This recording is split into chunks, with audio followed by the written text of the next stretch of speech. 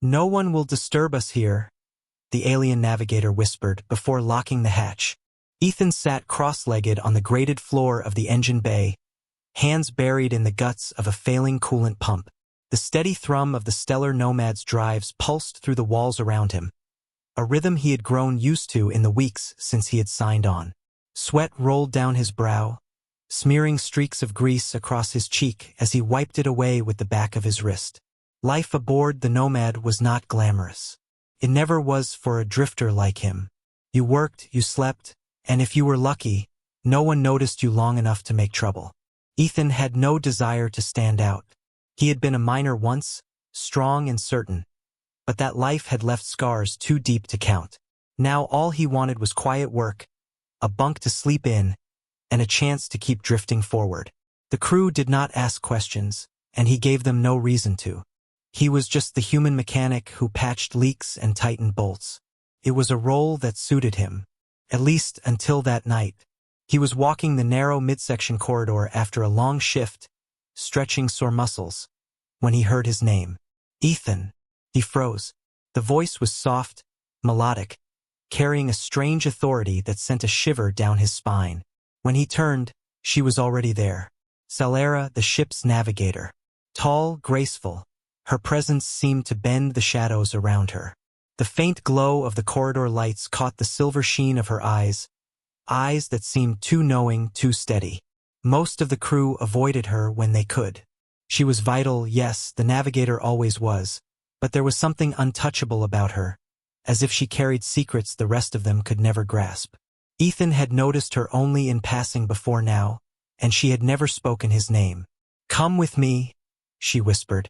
Before he could think to refuse, she turned and walked toward her quarters, her movements fluid, deliberate, leaving him little choice but to follow. His boots rang softly against the corridor as the hum of the ship seemed to fade beneath the tension in the air. Her cabin door hissed open, and Stellar stepped inside. She looked back once, silver eyes flashing faintly as if daring him not to follow. He stepped in after her. The door closed, the lock clicked, and the sudden silence pressed down like a held breath. Ethan's brow furrowed. What is this about? Stellar leaned back against the sealed hatch, arms loosely crossed, her smile more like a secret than an answer. It is safe in here, she said quietly, almost teasing, yet with an undertone that made the words heavy. For a moment, Ethan thought he understood. Perhaps this was nothing more than a private game, a way to pass the long voyage hidden from the eyes of the crew. She was striking, and the warmth in her gaze was undeniable. But beneath that warmth was something sharper, something deliberate. He could feel it. Whatever she wanted, it was not just his company. And though part of him told him to leave, another part, one he had tried to bury long ago, found itself drawn closer. Ethan stayed where he was, his back straight, shoulders tense, watching her. Stellar's smile did not fade, but the silence between them grew heavier until she finally pushed herself away from the door and moved deeper into the room. Her quarters were unlike the rest of the ship, where the corridors and bunks reeked of metal, grease, and recycled air. Her space felt different. Strange fabric draped across one wall, patterned with shifting colors that shimmered faintly under the cabin lights. A small table held star charts and fragments of crystal-like data cores, their surfaces pulsing softly with stored light. She gestured to the table. "Look." Ethan hesitated, then stepped closer. Spread across the surface were maps, navigation charts he had never seen before. The routes marked were not the trade lanes he knew, nor the smuggler paths the crew favored. These maps stretched farther, weaving into territories that looked empty, uncharted, yet somehow alive with coded symbols he could not read. Stellar tapped one of the glowing crystals. A faint hum filled the cabin, and lines of encrypted transmissions rippled across the display. Ethan frowned. He was no codebreaker, but even he could recognize the tone of what scrolled past. This was not ordinary cargo chatter. These were military signals. "Where did you get this?" he asked quietly. Her silver eyes met his, steady, unblinking. "I intercepted them. Buried within routine coordinates, I found patterns. References to items being transported. And not the usual kind of contraband. Ethan's throat felt dry. Weapons. Stellar inclined her head, her expression unreadable. Weapons powerful enough to destabilize colonies. The crew does not know I have seen the transmissions. If they did. She let the thought hang. Ethan stepped back, trying to make sense of it. He had signed on for a repair job, a chance to drift a little longer. Now she was telling him he was caught in something far larger. You should tell someone, he muttered. Her laugh was soft, humorless. Tell who? The smugglers? The very people transporting the weapons? They would kill me before the words left my mouth. She leaned closer, lowering her voice. That is why I brought you here. Ethan blinked. Me? You are not one of them, she said simply. You work. You watch. You listen. And you are not blind to danger. I can see it in you. There was no flirt in her tone now, no teasing. Only conviction. Still, Ethan felt heat rise beneath her steady gaze. She was too close, her presence almost overwhelming. Why trust me? He asked. Her lips curved again, this time softer, more vulnerable. Because I have no one else. And because... She let her eyes linger on his, searching, weighing. Because I choose you. The words sank into him with a weight he had not expected. For a long moment, silence stretched.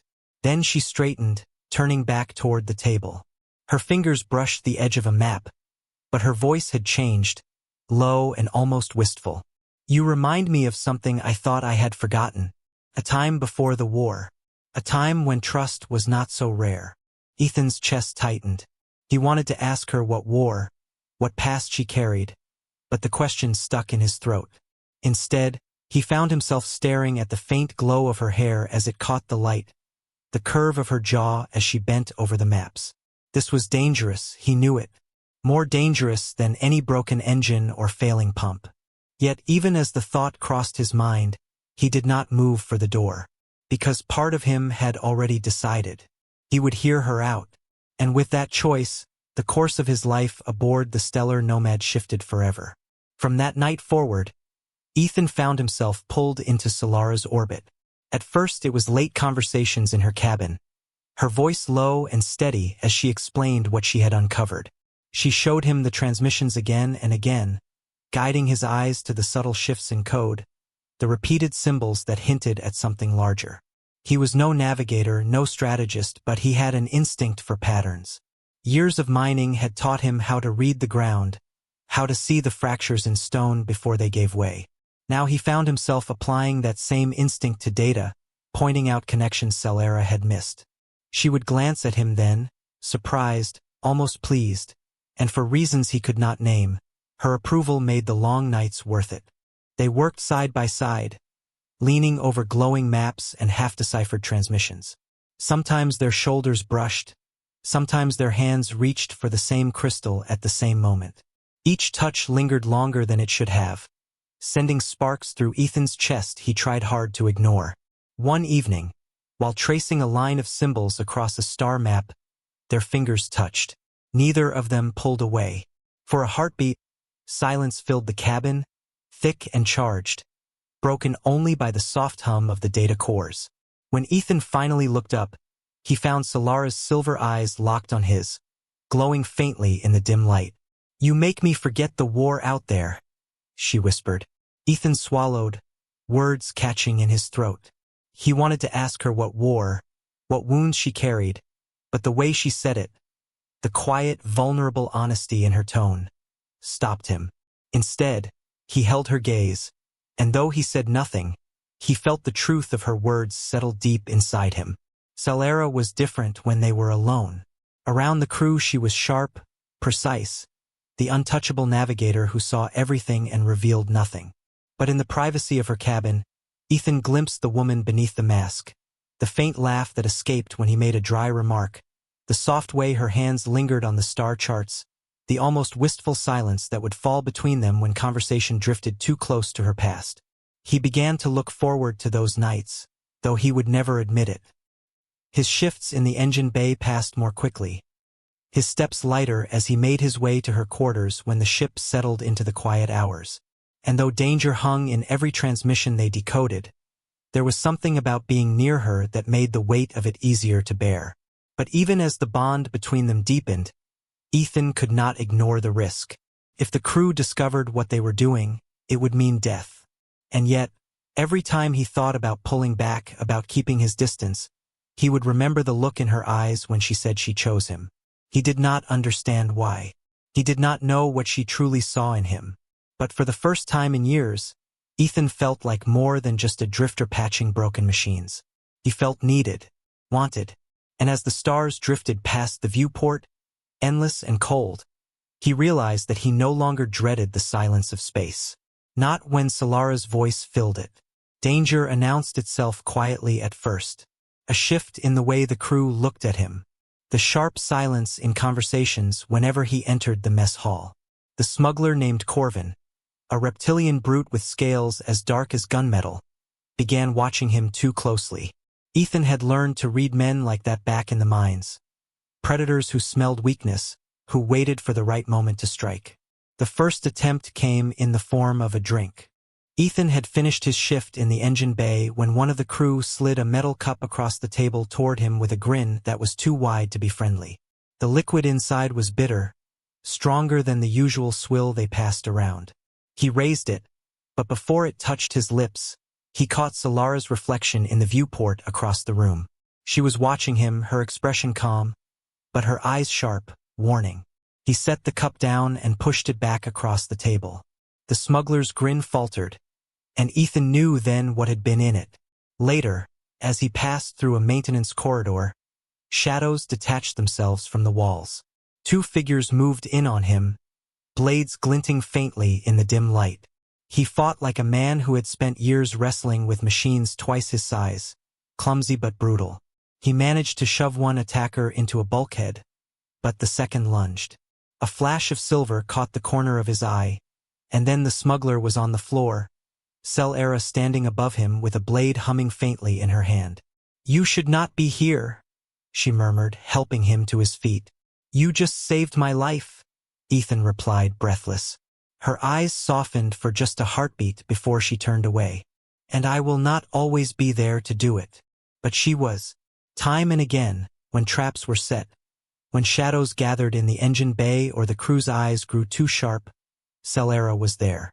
Sometimes she warned him. Sometimes she fought beside him.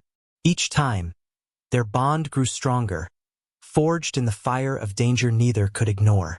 One night, after an ambush in the lower decks left them both bruised and breathless, they found themselves pressed against the same wall, their faces inches apart, hearts pounding. Ethan could feel the warmth of her breath, the faint shimmer of her skin in the darkness. For a long moment, neither moved. The world seemed to narrow until it was only her silver eyes and the space between them. He leaned forward, just slightly, and she did not pull away. But before the moment could become something more, a distant alarm blared, shattering the silence. Stellar pulled back first, her expression unreadable. "This is only going to get worse," she said softly. And though the alarm faded into the background hum of the ship, Ethan could not shake the memory of how close they had come, nor the way her eyes lingered on his before she turned away. The smugglers knew, and if they did not kill them soon, they would escalate. Ethan understood now that the game had changed, and the next move would be blood. The attacks left Ethan raw, his body aching and his nerves wound tight, but what unsettled him most was Solara's silence. For days after the last ambush, she seemed distant, as if weighed down by something heavier than the threats of smugglers. She still met him in secret, still guided him through transmissions, but her gaze often drifted, her words shorter, clipped. Finally, one night, she broke the silence. Her cabin lights were dimmed, the maps before them glowing faintly like constellations suspended in the air. Ethan leaned over the table, tracing a line of symbols that formed a pattern even he could see now. Solara's hand rested nearby, fingers tight, knuckles pale. "They are not just smuggling weapons," she said quietly. Ethan looked up. The tone in her voice was heavier than before, and for the first time since he had known her, her eyes avoided his. "What do you mean?" She inhaled, steadying herself, and then pointed to the chart. This ship, the Stellar Nomad, it is part of the plan. The weapons are only one piece. The smugglers intend to use the Nomad itself as a weapon. They will override the navigation core, lock a course, and crash the vessel into a colony world. Ethan stared at her, stunned. You cannot be serious. I wish I were not, she whispered. I intercepted the coordinates myself. A settlement of nearly 50,000 lives.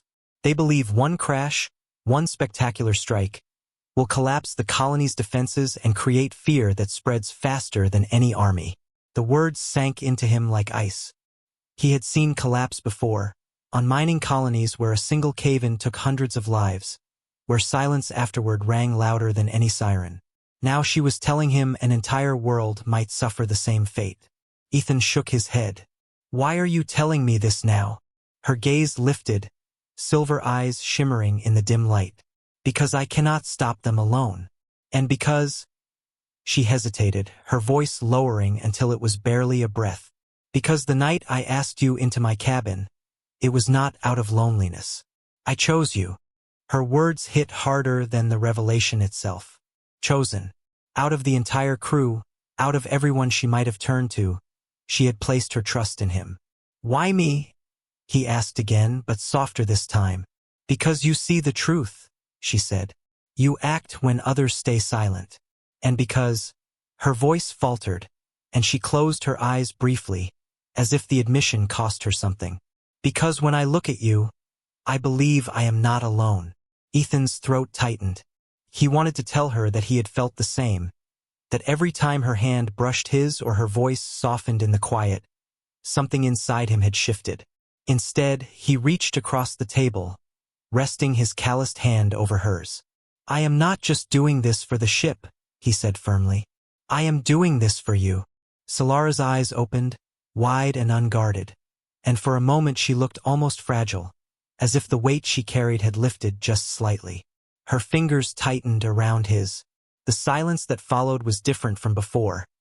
Not heavy, but filled with a quiet understanding, a bond that no words could fully name.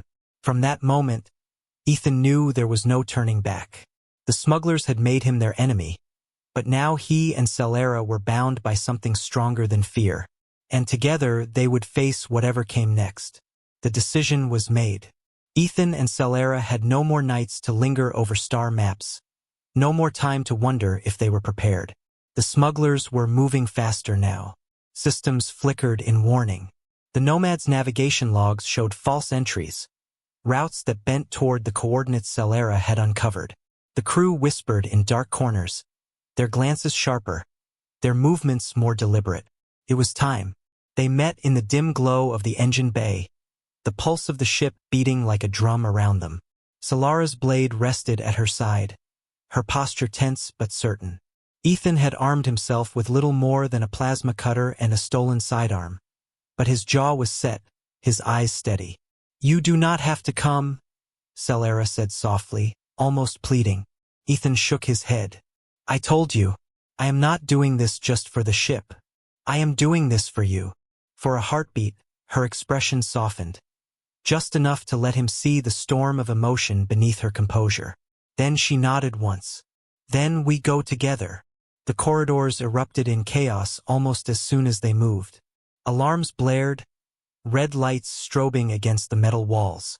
The smugglers were already in motion, their boots pounding against the deck as they rallied to defend the bridge. Ethan and Stellar fought through them step by step. Blaster fire cracked, scorching the air, filling the halls with smoke and screams. Ethan's plasma cutter seared through a bulkhead, dropping it across the path of their pursuers. Stellar moved with lethal precision, her blade flashing silver as she struck down those who came too close.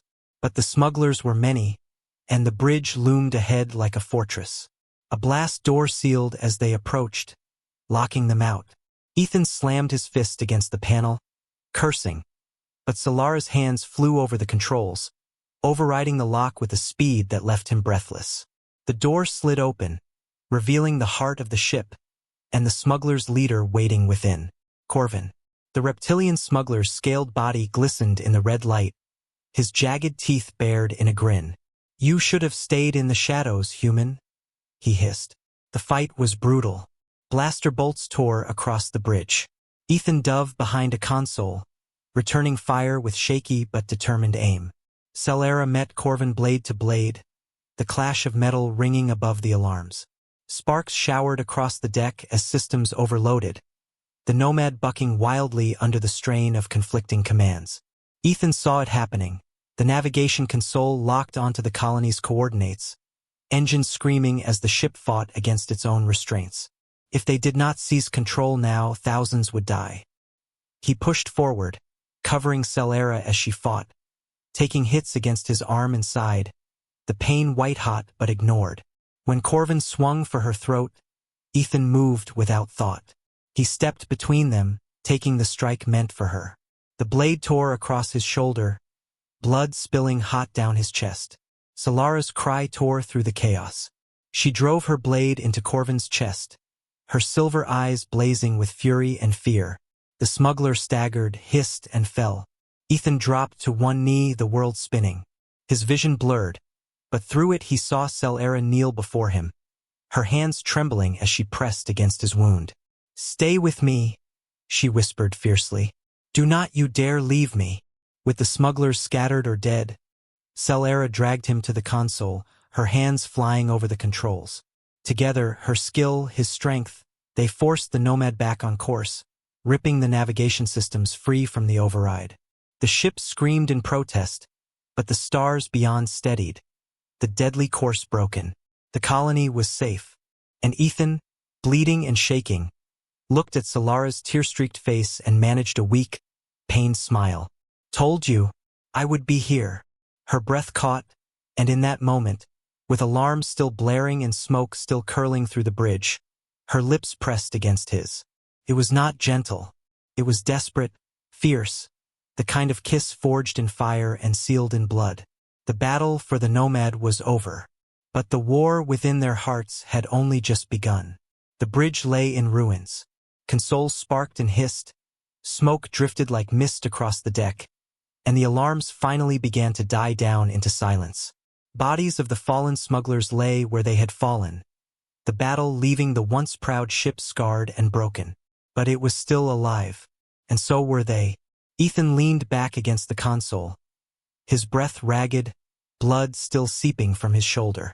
Solara's hands did not leave him, her silver eyes locked on his face as if she feared that if she looked away, he would vanish.